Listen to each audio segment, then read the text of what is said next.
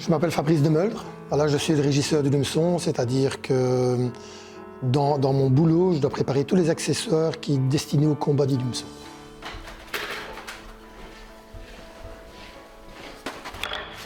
On est toute l'année occupé de préparer la Ducasse. Ici, on prépare la découpe des rubans, l'installation sur les dragons, on prépare les cravates des costumes au niveau des rubans. On achète les vessies et le crin dans les abattoirs, donc ça revient ici en état d'abattoir. Donc on nettoie, on dépaisse les queues. Aujourd'hui, confectionner des colis de chinchin, commencer toujours par le petit qui manque. Il faut savoir que les objets qu'on utilise au combat du Lumeçon, ça, pour ainsi dire, ne s'achètent pas dans le commerce.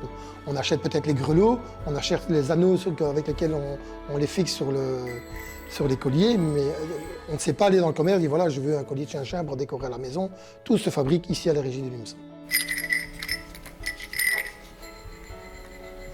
D'abord, il faut qu'il soit bien équilibré pour l'acteur, parce qu'en fait, c'est vraiment son point d'équilibre et c'est son contact entre la carcasse, lui et le public. Il faut savoir que quand il va au public avec sa carcasse pour se présenter, jouer avec le public et se faire rattraper des grelots, et si le collier n'est pas bien équilibré, si le collier n'est pas bien monté, on risque d'avoir l'acteur risque d'avoir des problèmes au niveau de la relation public et rôle-acteur. Quand je dis public, c'est acteur, parce que le public est le premier acteur, mais quand on dit public, c'est public et acteur diégétique. Ça, c'est trop petit. Ça, c'est une belle, ça. Elle est un peu courte, mais c'est une belle. Il faut toucher à tout, ça c'est sûr. On doit être expert en rien, mais il faut être très bon dans pas mal de choses. Alors quand je suis arrivé à la régie, je ne touchais pas à tout, je ne savais pas tout faire. Donc il faut surtout savoir un bon coup d'œil, se dire ah oui c'est comme ça qu'il fait, oui bon ça va, je vais pouvoir me débrouiller. Quand il a fallu commencer à faire les premières pointes de lance, j'en avais jamais réalisé. J'avais fait de la soudure à l'école, depuis je n'avais plus jamais fait, j'ai dû m'y remettre, tâtonner et puis après réussir à la faire à ma façon. La vannerie, même chose, j'en avais jamais fait. Et puis il a fallu réparer des deux têtes de chinchin. La première année où j'étais ici, il y a un vannier qui est venu pour les réparer. Je lui ai dit, tiens, je peux faire avec vous. Pendant que vous en faites un, vous montrez, je fais l'autre. Il m'a montré un peu, et voilà, je m'y suis mis un peu. Il est prévu que j'aille suivre une formation sur le plateau de Langres, chez des vanniers. Même chose en bourrellerie, la bourrelière avec laquelle on travaille, je me dis, parfois on a des petites réparations à faire sur des carcasses. Je lui ai donné un petit coup de fil, je lui ai demandé si elle acceptait de me former. Oui, pas de souci. Donc quand on sera sorti de cette épidémie, elle viendra à la régie, on travaillera un peu, elle me montrera un peu comment améliorer le travail de bourrellerie que je fais maintenant. L'objectif du régisseur, c'est que tout fonctionne bien, surtout, et la chose la plus importante, c'est pendant le combat, qu'il n'y ait pas de couac. On espère ne rien avoir oublié, qu'à la dernière minute, il ne va pas falloir courir pour repréparer quelque chose. Un détail, on prépare par exemple les rubans pour les acteurs, les cravates, les rubans qu'ils mettent au bras. On prépare tout, puis on se rend compte que ça m'est arrivé la première année, pourtant 20 ans que je suis dedans. Je prépare tous les rubans, je distribue les rubans au diable. Pas de chance, c'était pas la bonne couleur. Et donc voilà, ça c'est le genre de truc qui peut arriver. Donc en dernière minute, vite, il faut préparer. Bon, maintenant, j'essaie d'être prêt une quinzaine de jours à l'avance pour une grosse partie du matériel. Et on repasse tout en revue avec la réalisatrice, avec les acteurs quand on se rencontre.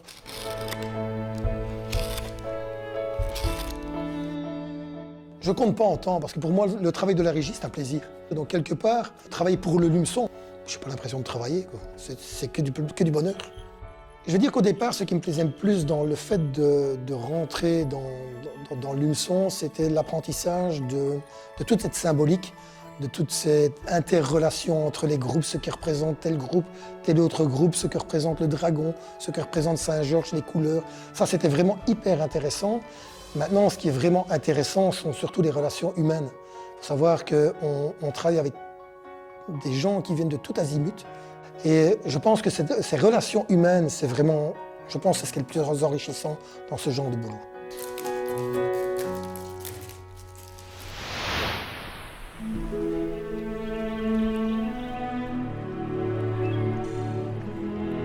Je m'appelle Clémentine Corezzola, je suis artisante bijoutière et mailleuse. Et cette année, j'ai eu la chance d'être sélectionnée pour réaliser les sceaux de Sainte-Baudru. J'ai été vraiment très très surprise et très heureuse, chanceuse d'être sélectionnée. Et ouais, vraiment agréablement surprise de pouvoir d'avoir l'honneur de réaliser ces sauts. Traditionnellement, le dimanche de la Trinité, Saint-Georges et les autres personnages du Lumeçon se rendent à la collégiale Sainte-Vaudrue pour participer à la pose de la chasse sur le quart d'or et à la sortie du quart d'or. Juste avant que le quart d'or ne sorte, le doyen remet à Saint-Georges un sceau, c'est un sceau à l'honneur de Sainte-Vaudrue, en gage de protection pour le combat dit Lumeçon. Il se fait que depuis un certain temps, l'Assemblée des acteurs du Lumeçon nourrissait pour projet de faire confectionner et d'offrir pour le trésor de Sainte-Vaudrue un nouveau sceau ou deux nouveaux sceaux de Sainte-Vaudrue, en l'honneur de Sainte-Vaudrue, parce que tout simplement, il tient toujours à cœur au Lumeçon de mettre à l'honneur Madame Sainte-Vaudrue. Ils ont sélectionné mon travail par rapport à, je pense, une façon de travailler assez ancestrale, disons, avec des techniques inchangées depuis toujours. Quand on a visité cette collégiale, je me suis dit, ah oui, non mais en fait ça tombe sous le sens que je puisse effectuer ces sauts avec ma façon de travailler. Et donc je suis partie un petit peu sur les mêmes matériaux, donc sur du laiton pour l'aspect doré et pour l'aspect un peu plus contemporain. Donc je me suis tournée vers un autre matériel qui est du titane. Le dessin que j'ai réalisé, je vais le reporter sur la plaque de laiton à plat. Une fois que j'aurai reporté ce dessin, je vais venir percer avec cet outil, avec cette pièce à main. Et une fois que j'ai percé, je vais, à l'aide d'un boc-fil, ce qui est vraiment l'outil maître du bijoutier, je viens rentrer ma lame, donc j'ouvre et je viens passer ce fil en fait qui est vraiment une lame de scie à l'intérieur des trous, et je viens donc scier et ajourer, on appelle ajourer toute la plaque de laiton pour faire ressortir le dessin en dentelle. La partie en titane, avant de faire l'assemblage, je suis venu la blesser en fait avec une fraise boule, et je l'ai patinée à la flamme donc pour avoir ce bleu. Et ensuite j'ai procédé à un rivetage, donc j'ai fabriqué ces 10 petites tiges avec des petites boules. Je suis venu percer et marteler derrière pour finaliser l'assemblage en fait des 3 parties et qu'elles ne fassent qu'une. Pendant la visite de la collégiale, j'ai aussi remarqué le reliquaire de Sainte-Vaudrue. Ce visage m'a vraiment interpellée avec son bouquet de roses sur la tête. Et puis cette femme, Sainte-Vaudrue, c'est la fondatrice de cette ville, c'est pas rien.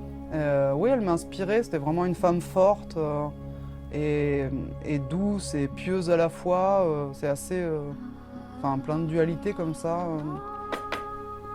Avoir mis mon savoir-faire à la réalisation de ces sauts pour la Ducasse de Mons fut pour moi un honneur inédit, inattendu et très agréable.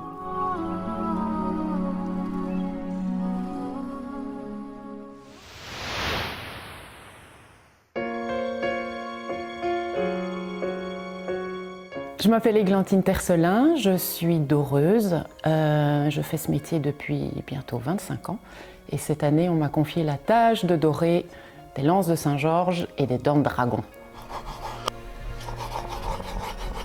C'est une histoire de famille, en fait, un peu la Ducasse. J'ai une maman qui aide Fabrice le régisseur à faire un petit peu de couture. Et puis on a un ancien chinchin dans la famille qui maintenant fait partie du comité organisateur du Lumeçon.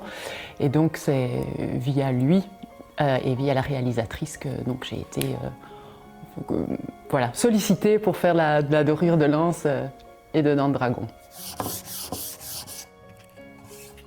Nous cherchions des objets porte-bonheur porte-bonheur par rapport à notre Ducasse, par rapport à la prochaine Ducasse, dont l'un sera porté à Saint-Georges et l'autre au Dragon.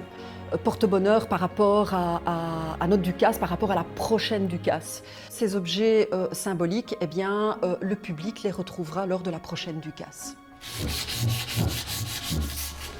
Quand on enduit un objet adoré en bois brut, on met plusieurs couches d'un mélange de colle de peau de lapin et de blanc de meudon. Et quand on pose, évidemment, c'est un petit peu englué, c'est un petit peu grossier comme résultat.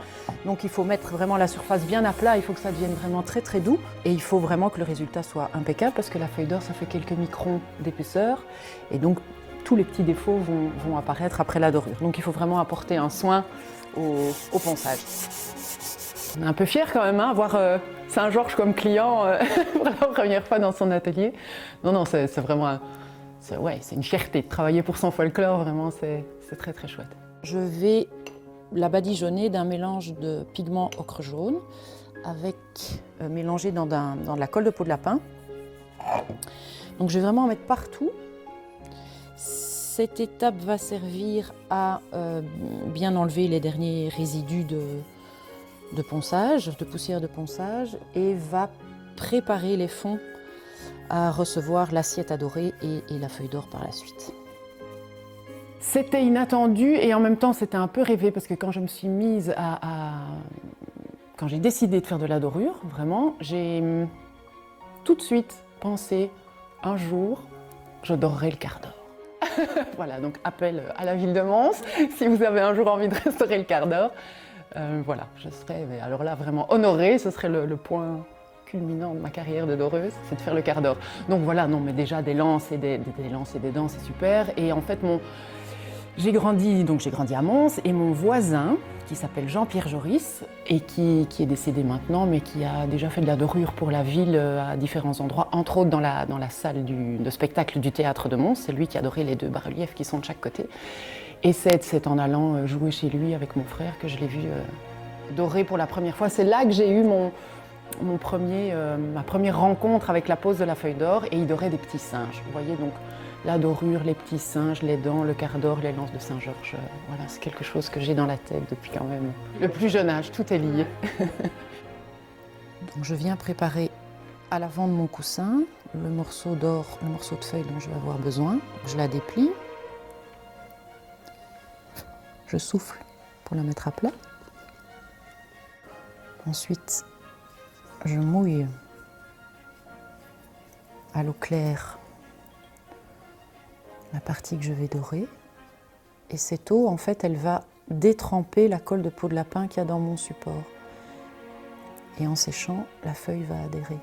Ensuite, avec ma palette, je viens tout doucement graisser le bout des poils sur ma joue pour que la feuille d'or adhère au poil de la palette. Puis je viens la déposer. Mettre mon savoir-faire au service de ce folklore montois qui m'est cher, c'est tout simplement une grande fierté.